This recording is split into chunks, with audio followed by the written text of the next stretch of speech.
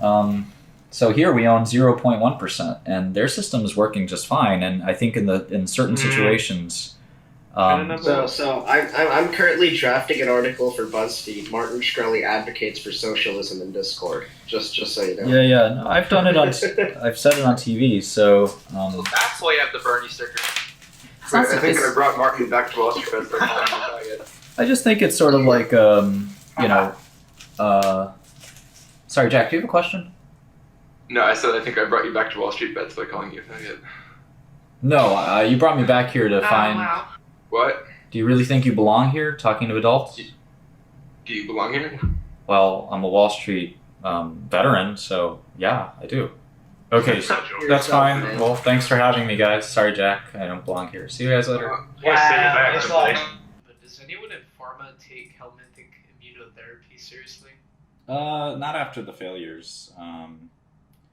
They used to, but then this company Coronado did trials and they failed. In Crohn's disease, at least.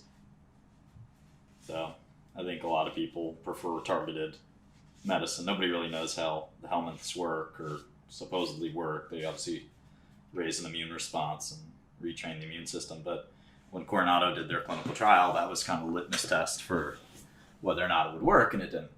The company was called Coronado Therapeutics or something like that. What exactly did it fail? Did it have like really bad side effects or something? No, it wasn't effective. I think multiple sclerosis progress made with Helminthic. Yeah, that's a lot of anecdotal. It's about 5 years. But 5 years too late. Yeah, that was cool 5 years ago. Or I even heard about it way before that, and it just hasn't passed muster. MS is pretty well treated with other medicines, and there's a new stem cell that's even more exciting. So I don't think Helminths are going anywhere. The clean hypothesis has been kind of, this idea that, the only reason we get autoimmune disease here is because we have better sanitation. And there's no autoimmune disease in India and China and stuff because it's all so dirty. It's a pretty stupid hypothesis to begin with, and it's been basically proven wrong because Crohn's is the archetypical immune disorder. I mean, it's possible that it would have worked in another immune system disorder, or they got the dose wrong, or God only knows what. But the funny thing about the immune system is it just kind of is more complicated than most of us understand, and there are better ways to knock it out with cytokine antibodies and stuff. So do you feel that way about monoclonal antibodies are being used in trials now? They're not just used in trials, they're the standard. I mean, you have psoriasis or Crohn's, you take Enbrel and Stelara and Cosentyx. These are beautifully amazing medicines. They work extremely well. You go from severe psoriasis one day to basically a cure 2 days later or a week later with the Stelara. It's a miracle. Why is it that around 80% fail around phase 3 then? 80% of all medicines? No, sorry. It's probably dealing more with oncology's clinical. Okay, you asked me about autoimmune disease?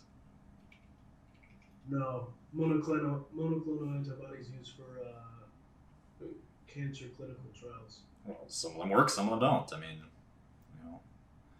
you can't really paint them all with one brush. Rituxan is a miracle for non-Hodgkin's lymphoma. You need the right target. It's like saying, why don't drugs work?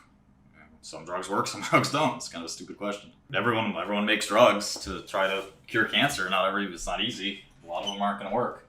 Monoclonals are no different from small molecules. I mean, they get the same lot of small molecules try for cancer and fail as well. I mean, it's a good thing about a monoclonal is it has its advantages. It's very specific. It doesn't have any off-target effects. The downside, of course, is that it's a large, bulky molecule. It's hard to produce. It's only going to be taken by IV, and these are all well understood for many decades now. The pros and cons of small molecule versus large molecule. Large molecules are sort of the way of the future. The only problem is there's a lot of intracellular targets that you want to get access to that you can't. You need surface-bound, membrane-bound targets and antibodies. There's no really way around that. There are 100,000 Daltons. They can't get inside cell membranes that are 1,000 Daltons, and the gaps in the cell membranes are only 1,000 Daltons. So shoving a 100,000 Dalton molecule inside is just not possible. That's true. Do you think it has any leeway for something, let's say Alzheimer's disease, which I'm pretty sure would have to cross the you got blood-brain barrier problems, exactly. Yeah, There's the tight junctions and the endothelial cells that form the blood-brain barrier are not permeable by large molecules. In fact, they're not only not permeable by large molecules, some small molecules are sent back out using efflux transporters like MDR1, PGP, and so forth. And furthermore, they're not only size exclusion barriers, but there's lipophilicity barriers. So any agent crossing the blood-brain barrier needs to have some serious lipophilicity. Right. So, it's just an armamentarium that you got to get through, a gauntlet, if you will. The gauntlet of the stomach is enough. Could you imagine you got to do 2 gauntlets with brain drugs? The gauntlet of the stomach and the intestines and the liver, and then the gauntlet of the brain, the blood-brain barrier. It's almost a small miracle that we have any drugs that work in the brain. So a large molecule in the brain, I think most people have given up on that idea. My friend and colleague, 𝗕𝗂𝗢𝗢𝗓 conducted the first phase 3 clinical trials of 𝗙𝗡𝗡𝗡𝗏, the A-beta antibody for Alzheimer's. And they obviously, a well-known failure when Elon, Wyeth, Pfizer, J&J did those gigantic phase 3s, and unfortunately they didn't work. So then you think, sorry. It's also a question of the target. The Right. A-betas, it's unclear if that's the right target. And then, a lot of people wonder if amyloid is just a sign of the problem, a buildup of some broken down problem much earlier in a cascade, and it's just a meaningless sort of signal of a broken issue, and you're cleaning up the debris of a broken problem. The problem is that it's creating amyloid because something's broken in cell machinery, not the amyloid itself being actually toxic. So you can clean up the amyloid, that's been proven. And J&J, that was sort of the paradox, is Johnson & Johnson was often asked, well, if the amyloid's going away, we can kind of see that happening a little bit. It's hard to tell exactly. You need CSF taps and stuff like that. The imaging agents aren't too useful. So you see the amyloid going down, so why is the disease not going away? One theory is that too much damage has been done. The other theory is, what I said earlier. But the bigger question J&J got asked, which I thought was fascinating, is how is it going away if the blood-brain barrier is supposed to stop this antibody from coming in? And what's interesting about antibodies is they're picomolar and sometimes even femtomolar, believe it or not. You can't measure small molecules in that scale. They're femtomolar affinity for their targets. So if you get even 0.1% of that antibody crossing the blood-brain barrier, you've got some efficacy. So J&J said they tried to measure it and they found approximately 0.1% blood-brain barrier availability for 𝗙𝗡𝗡𝗏, which suggested that maybe actually you can get this stuff across in very trace amounts. So that was another question. So I think most people have given up on brain antibodies. There's a new antibody in trials for tau, for Parkinson's. So that'll be interesting. Is that going on now currently? Yeah, it's with Roche and who bought Genentech, and Prothena, which is a smaller company. Roche owns most of the rights. Yeah, Roche is pretty big. Yeah, they're the second or third biggest drug company in the world, but and it's mostly on the backs of Genentech, which is basically 3 antibodies, Avastin, Herceptin, and Rituxan. And so we'll see if the tau antibody does anything. I suspect tau. Is it tau? I think it's tau. It might be actually. It might be alpha. It's not tau. It's alpha-synuclein. My mistake. It's alpha-synuclein. And alpha-synuclein is the same concept as beta amyloid is in Parkinson's. So Parkinson's is basically the same disease process as Alzheimer's, except instead of beta amyloid as a bad actor, it's alpha-synuclein. Right. And what's interesting about tau is that's another malformed kind of protein in Alzheimer's. So everyone's trying to make these antibodies to brain proteins, but you've got lots of issues, including this whole thing I described, which is this extracellular. You're only available for extracellular factor inhibition or cell membrane protein like receptor inhibition, stuff like that. So they work best with circulating. Any circulating factor like VEGF or, where Avastin works, or cell surface like CD20 where Rituxan works.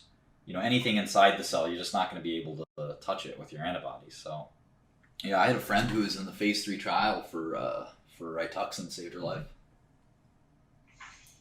She had non-Hodgkin's lymphoma. She was, going to die. they planned her death, and yeah, she got Rituxan. She's happy, healthy. This is 20 years later. And no trace, or is it just? No, well, non-Hodgkin's usually get a complete response. Do you think gene therapy's a viable option for, say, like familial Alzheimer's? No, I mean for the same reasons, slightly different reasons. Obviously, so many problems with gene therapy. The vector choice is the primary one. Right. You have AAV. There's a serotype, I forget which one, that preferentially transfects brain cells, but the transfection is limited. It's, and that's the problem with gene therapy, is you're sort of stuck in a catch-22. If you have great transfection, you're going to raise an immune response. If you don't have great transfection, you're not going to get any protein production. Right. So you have these cadaveric episomes that form, and those are pretty unnatural. And any AAV of any kind is going to have a capsid, right? So if you have the capsid, you'll form some kind of immune response to it, just by nature.